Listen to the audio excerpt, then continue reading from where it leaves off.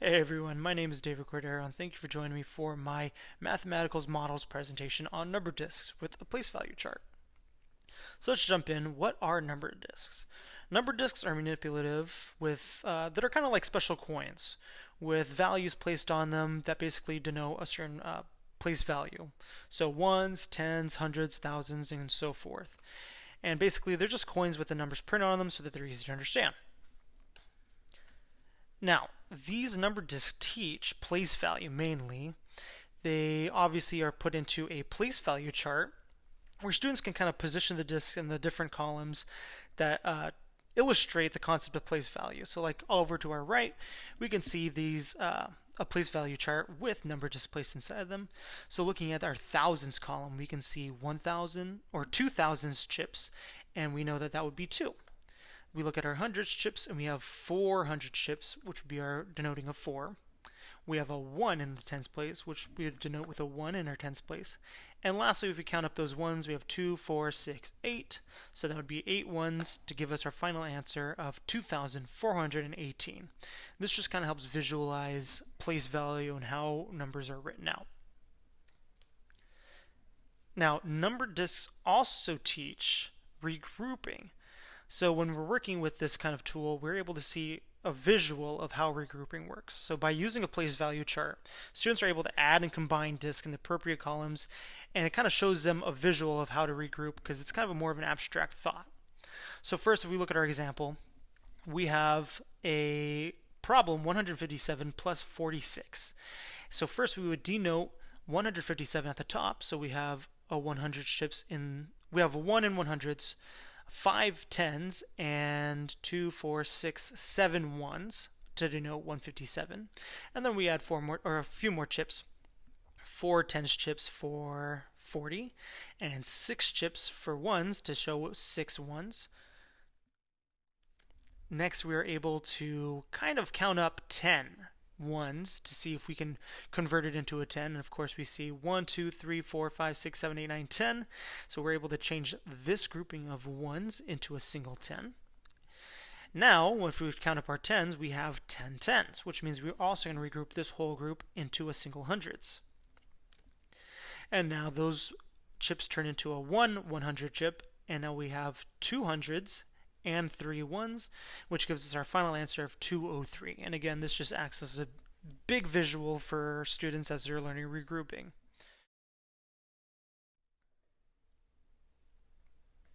And how do these number disks help students? So first, it's a concrete representation, right? It's making abstract math concepts more tangible because it's hands-on. Next, it's a visual aid. It's all laid out very visually. The disks also visually represent the value numbers, so that also helps denote place value when helping them learn ones, tens, hundreds, thousands, and just helps make connections between the digits and the respective places in a number. Next, since it's so hands-on, it's active engagement, which fosters a deeper connection with the material. And lastly, for comparisons and operations, so since they're able to physically manipulate the disks, they're able to kind of visually compare numbers and perform basic operations more concretely, which overall just helps them understand the regrouping process a little bit better than just seeing it on paper in equation form. So let's take a look at the model in a CSA sequence. So first, looking at our C, the concrete phase, we're just looking at manipulative number disks. So in this phase, they are just starting to physically interact with the tangible number disks. They're exploring hands-on. Students are using the number disks to explore place value. They're kind of seeing how they regroup into different spots, right? If they have 10 ones, that chip then turns into a single tens chip, and so on and so forth. And this is where they're first kind of getting their hands onto the concept and the manipulative.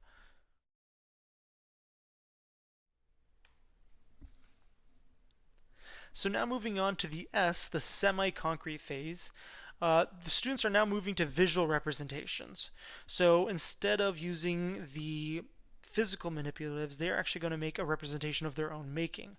So through guided exploration, they're going to be using their own written place value chart, using shapes of their own choice or tally marks, anything like that.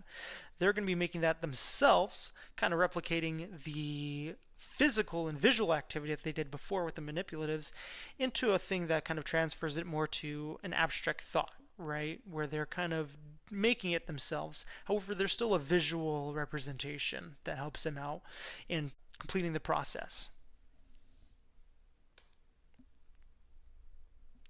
And lastly, we have the abstract phase. So now they're kind of getting more towards symbolic understanding, where they're not really having to use a physical or a visual aid. They're able to just do this within their own heads. So here they're going to be using digits on paper or e-tools without physical disks or visual representations. And this is where they're kind of doing independent application. They're using their mastery of the thought to kind of be able to use the operations to perform addition or subtraction using only the symbolic representations. They're not using charts, they're not using the disks anymore. They're able to just do it straightforward like we see on the side here.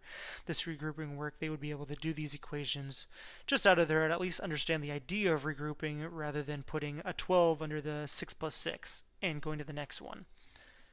And again, conceptual mastery, the goal is to make sure that they're able to understand place value to the point of being able to complete this process without needing any manipulatives or visual representations.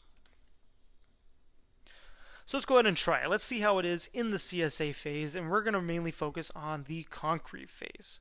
So let's look at number disks with place value charts at the concrete phase. So if we were doing an activity, I would start with this phase, and this is when we first start using the manipulatives. And since this is online, we're going to be doing digital manipulatives.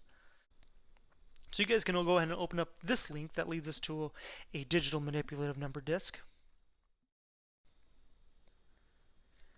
Alright, so if you followed that link, you'll see this page, and the first thing you want to do in the top right corner and at the show area, we're going to change none to table numerals. You're also able to change it to table words if you want to be able to kind of give more of that academic vocabulary, let them see it written out, thousands, hundreds, tens, and there should be ones, but units I guess is the same thing. But we're going to go and use numerals for today. So next, once we have our place value chart set up, let's go ahead and choose a topic. So we can choose 1, arithmetic and addition, and we're going to set the difficulty to 4. And it'll give us different questions right here. So if we do a new example, now we're getting a 3-digit sum problem. And the way we would run this through would be 665. We would represent that by doing 6 100s in our hundreds. We have 6. For the tens, we have 6 tens as well. And lastly, for the ones, we have 5 ones. So we're going to grab another 5 unit, bring it over here, and replicate it 5 times. So now we have our number 665 written out on our place value chart. Let's now add 444 at the bottom. So in our hundreds place, we will have 4 100s. 1, 2, 3, and 4. We will have 4 tens. 1, 2, 3, and 4. And lastly, we will have 4 ones. 1, 2, 3, and 4. So now this is where we're able to actually visualize the adding. So we can add all of our ones. Let's count them up. 1, 2, 3, 4, 5, 6, 7, 8, 9. Since we do not have a 10, we're going to leave those as is. Let's move over to 10s. 1, 2, 3, 4, 5, 6, 7, 8, 9, 10. Now immediately once we hit 10, we're going to be able to select all 10 because we know that we can't have 10 any unit in one single column. So we'll go ahead and go up and press group. And it'll change those 10 tens into a single 100 chip. And we can move it on over. So now let's count up our 100 chips. 1, 2, 3, 4, 5, 6, 7, 8, 9, 10. And now we hit another 10. So we're going to do the same thing we did with our 10s. And we're going to select all of these hundreds. We'll go back up to group. And it changes it to 1 1,000th piece. And we can bring it all the way up. So now we have a 1 in our thousands place, another 1 in our hundreds place, a 0 in our tens place, and 1, 2, 3, 4, 5, 6, 7, 8, 9, which would give us an answer of 1,109. And we can check our solution, 1,109. And means that we did it right. Perfect. All right, so now that we've played around with it a little bit, we're familiar with the manipulative, how to add with it. Let's go ahead and do some work. So your assignment will be perform at least 2 of the arithmetic addition problems at the level 4 difficulty, using it the exact same way we've been using the number disc to kind of add these numbers together. Once we've done at least 2 of these and are very familiar with the process, a word problem. So it is 2024 and you are being cryogenically frozen for space travel. Your journey will take 1,999 years. What year will it be when you get to the new planet?